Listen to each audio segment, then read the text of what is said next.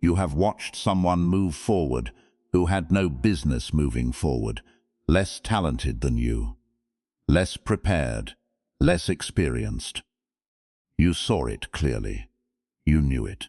And somehow they got the thing you were working toward, and you are still in the same place you were a year ago.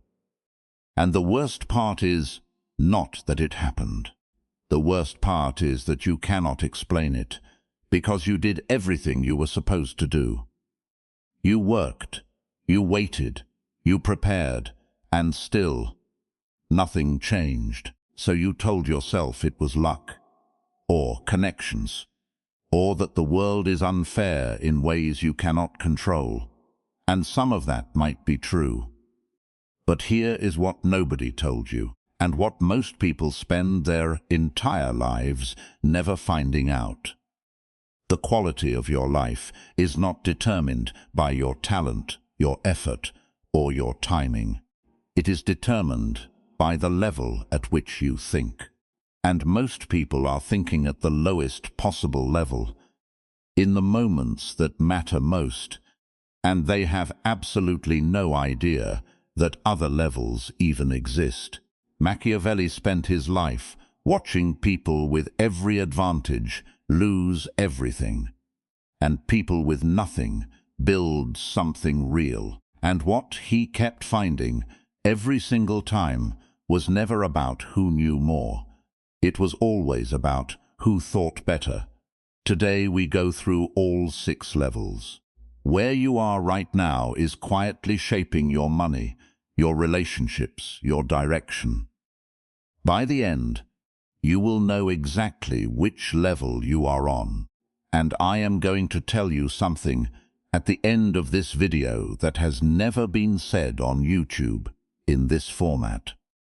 Something Machiavelli never wrote down, but demonstrated with his own life. Let us start at the bottom, because most people are there and do not know it. Level 1. Deft decisions. At level 1, you are not making decisions. You are repeating same job, same spending habits, same way of responding when things go wrong, same opinions held for years without ever questioning them.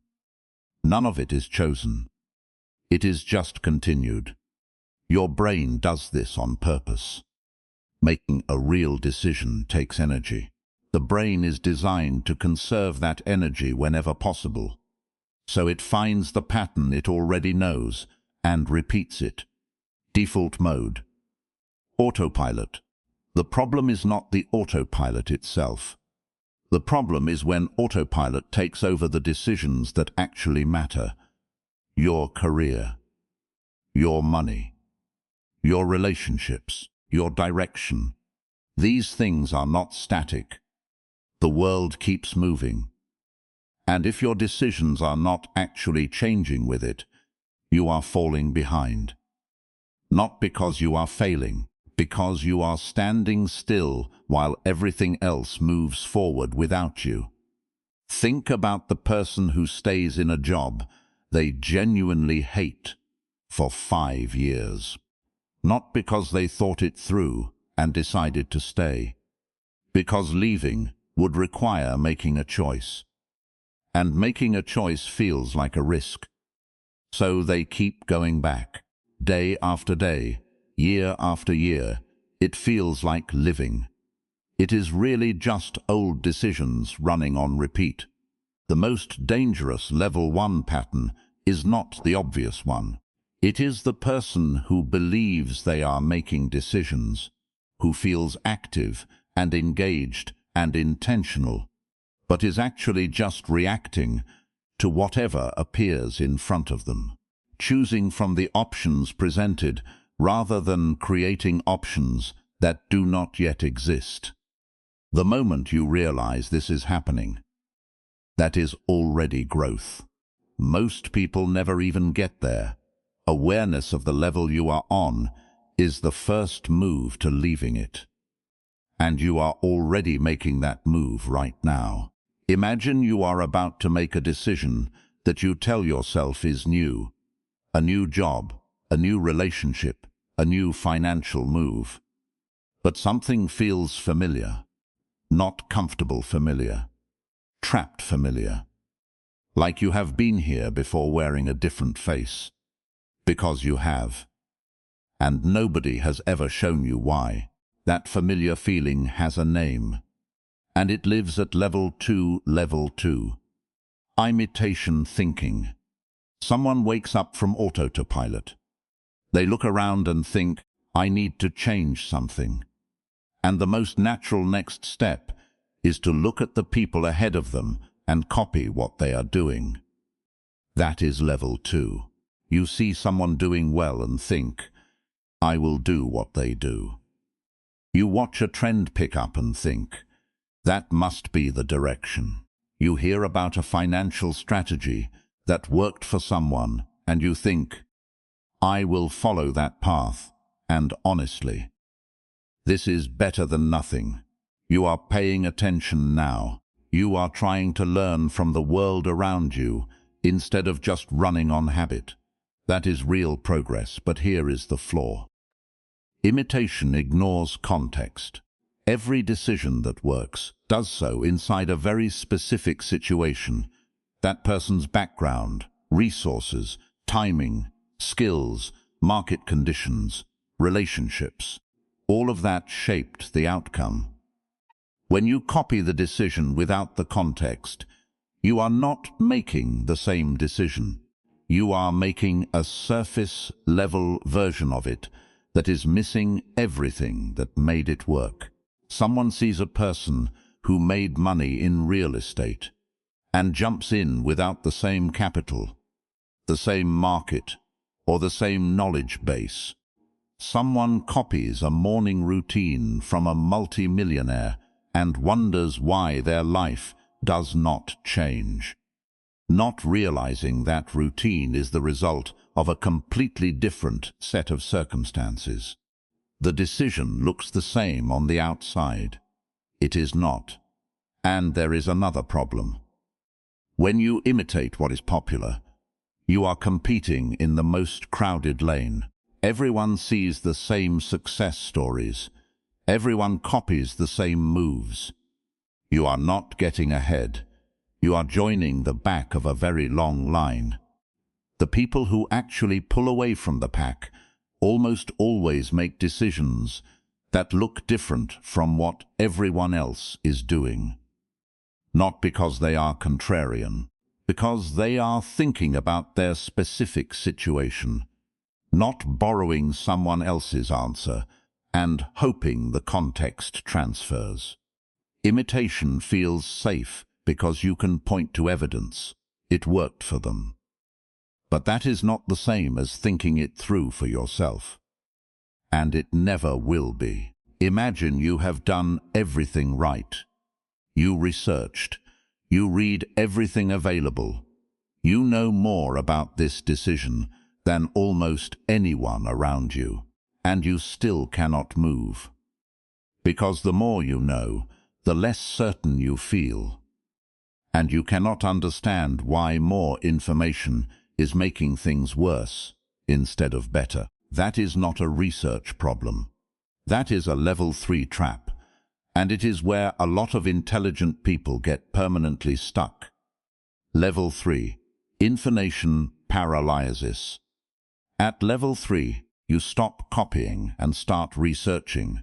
You read, you watch, you listen, you gather data before you move. This is genuinely better. You are reducing obvious mistakes. You are building real context. You ask smarter questions. But level 3 has a ceiling, and a lot of people hit it without understanding why they are still stuck. The problem is this. More information does not automatically mean better decisions. There is a point where you have enough to make a reasonable call. Past that point, more information does not bring clarity. It brings noise.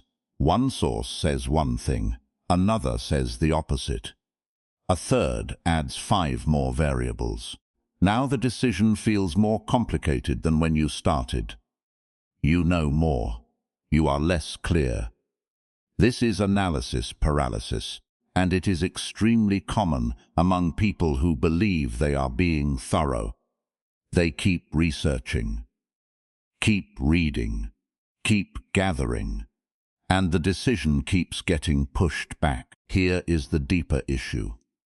Information tells you what is. It does not tell you what to do about it. A doctor can have every lab result and still face a decision the data alone cannot answer.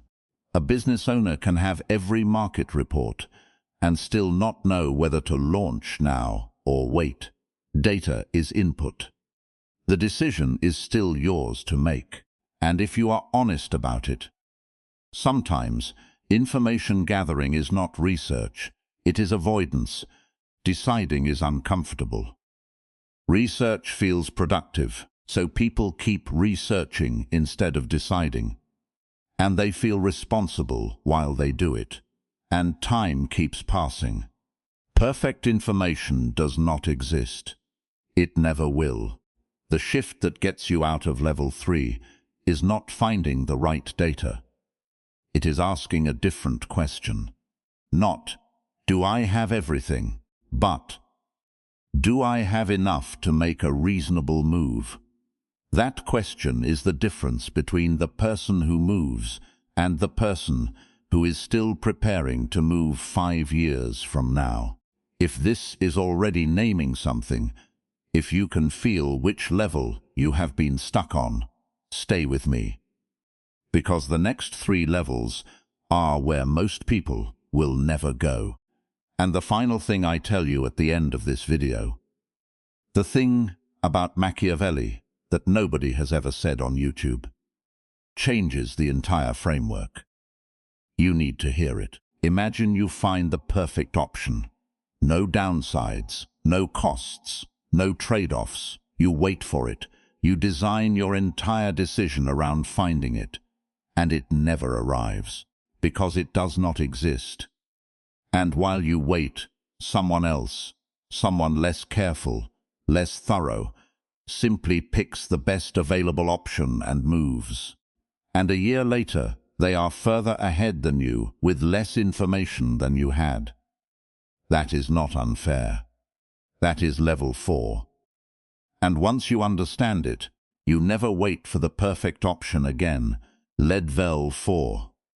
Tradeoff awareness. This is where thinking gets genuinely sharp.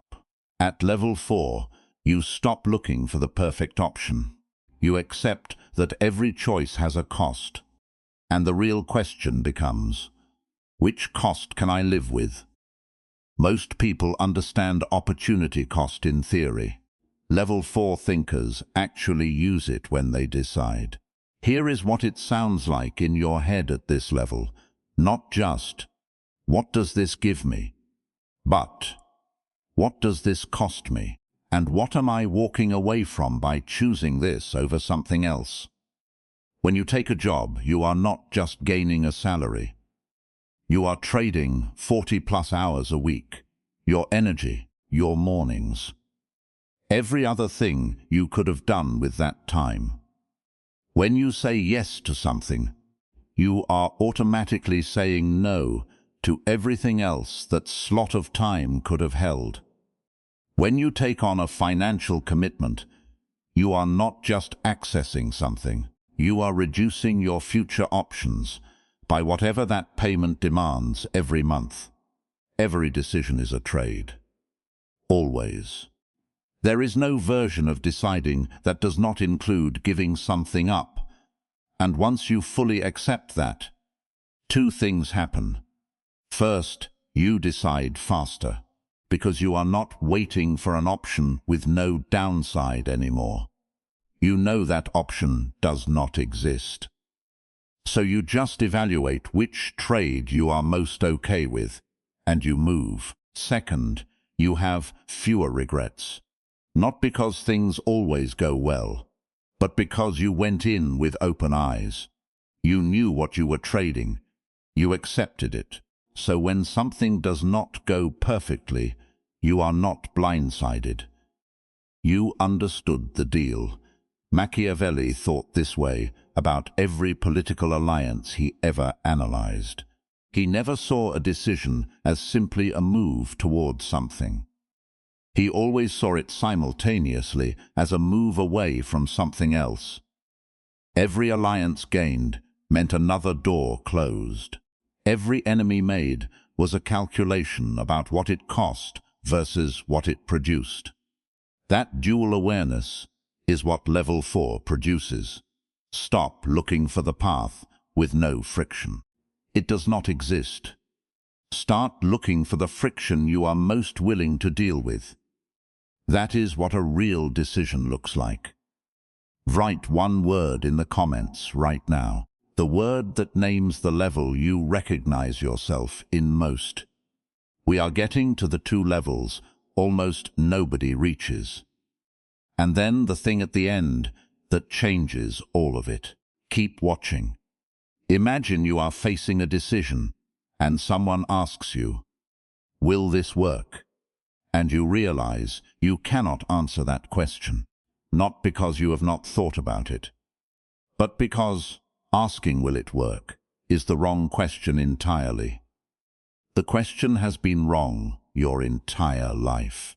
And that one realization, that single shift in the question you are asking, is what separates level 5 from everything below it.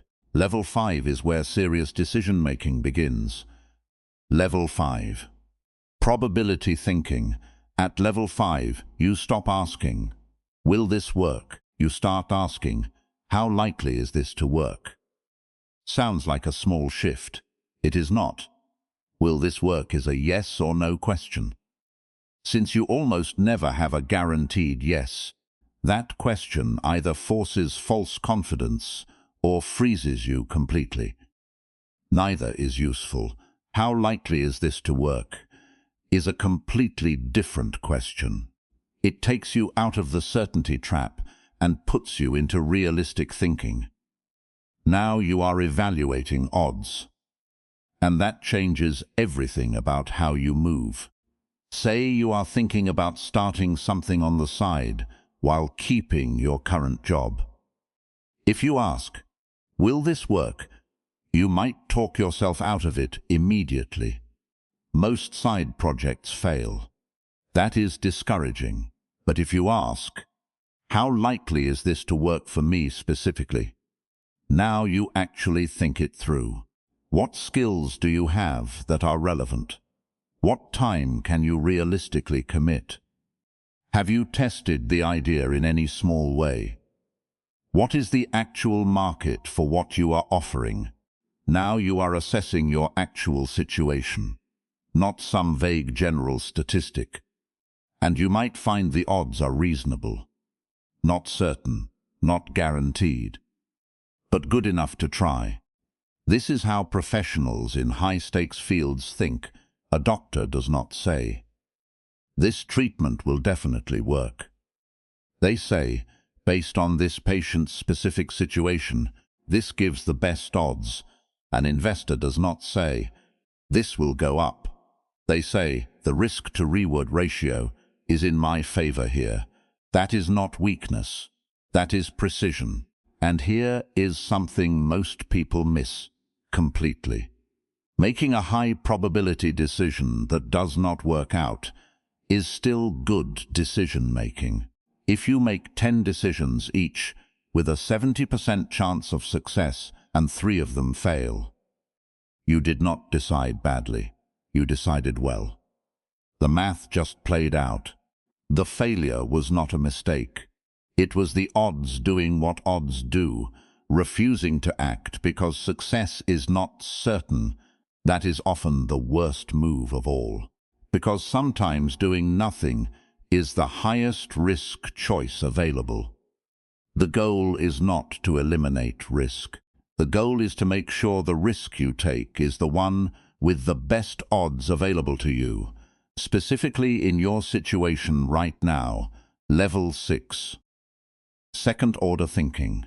This is where serious decision-making actually lives. At level 6, you do not just think about what happens when you make a choice. You ask, and then what? What happens after that? What happens after that? You trace the decision forward. You follow the chain of consequences, past the first result, and see where it actually leads. And when you start doing this honestly, something uncomfortable happens. A lot of decisions that looked good fall apart. And some decisions that looked hard start making complete sense. Someone is in a relationship that is clearly not working. They know it. But staying feels easier than leaving. First-level thinking says, staying is less painful. Stay second-order thinking asks, if I stay, what does my life look like in a year? In 2 years? What am I not doing because I am managing this situation? Who am I becoming while I stay in something I know is not right? Staying does not look so easy anymore.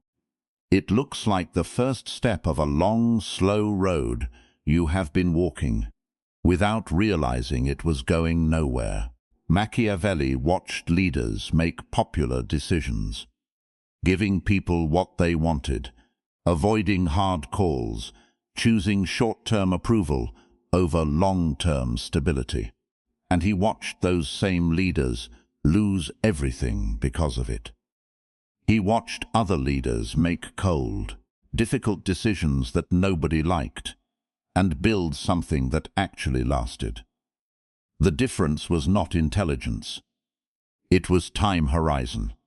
What is hard now frequently leads somewhere good. What is easy now frequently leads somewhere painful. Most people never follow the chain long enough to see that. The gap between people who consistently move forward and people who consistently stay stuck is almost always this. One person evaluates decisions 1 step out. The other follows the chain 3 or 4 steps. That is the entire difference. The close, the hidden level. I told you at the beginning, there was something I would tell you at the end. Something Machiavelli never wrote down, but demonstrated with every decision of his own life. There is a level 7, and nobody talks about it, because it is not comfortable to talk about. Level 7 is this: the best thinkers in history did not just think at a higher level, they were willing to be completely alone in how they thought. Machiavelli did not just think in second-order terms. He thought in ways that nobody around him was willing to think. He said things that were true and unpopular and dangerous to say. He wrote down the actual mechanics of power at a time when writing such things could get you killed. And it did get him tortured. It did cost him everything. But here is what nobody says about that. He chose it anyway. Level 7 is not a method. It is a commitment. The commitment to think what is actually true, rather than what is safe to think. To make the decision that is actually correct, rather than the one that will be understood by the people around you. To follow the chain of consequences all the way to the end, even when the end is a place nobody in your life is willing to go with you. Most people never reach level 7, not because they lack the intelligence, because they are not willing to be misunderstood by the people whose approval they still need. And that specific need, is the ceiling on every level below this one. You can master trade-offs.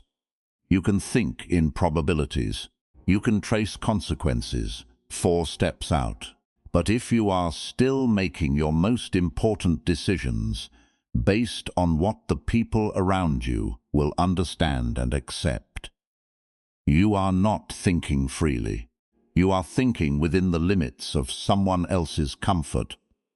Machiavelli lost his position, his reputation, and nearly his life for thinking at level 7. And in a small room on a farm outside Florence, wearing robes nobody could see, writing to people who were already dead, he built the most influential political document in human history. That is what level 7 thinking produces. Not in spite of the cost, because of it. The question is never which level you are capable of. The question is which level you are willing to pay the price to occupy. And right now, in this decision, in this moment, that is a choice only you can make. Final CT, tell me in the comments. Which level do you recognize yourself in right now? Not where you want to be, where you actually are, because honest self-placement is already level 3 thinking. And most people will not do it. Share this with one person who keeps working hard and wondering why nothing changes. Not as advice, as a mirror to Dusper. Because what comes next is the question underneath this one. Why do even level 6 thinkers sometimes destroy their own decisions after they make them? The psychology of self-sabotage, the part nobody wants to examine. That is the next video, don't card. 15 seconds. You just moved up at least one level by watching this. But here is the uncomfortable truth about that. Moving up one level is not enough, because the people you are competing with, the ones who keep getting what you are working toward, most of them are not at level 6 either. They are at level 4 and 5 and making faster moves. The edge is not reaching the highest level. It is staying there when the decision is uncomfortable and the outcome is not guaranteed. That is what the next video is about.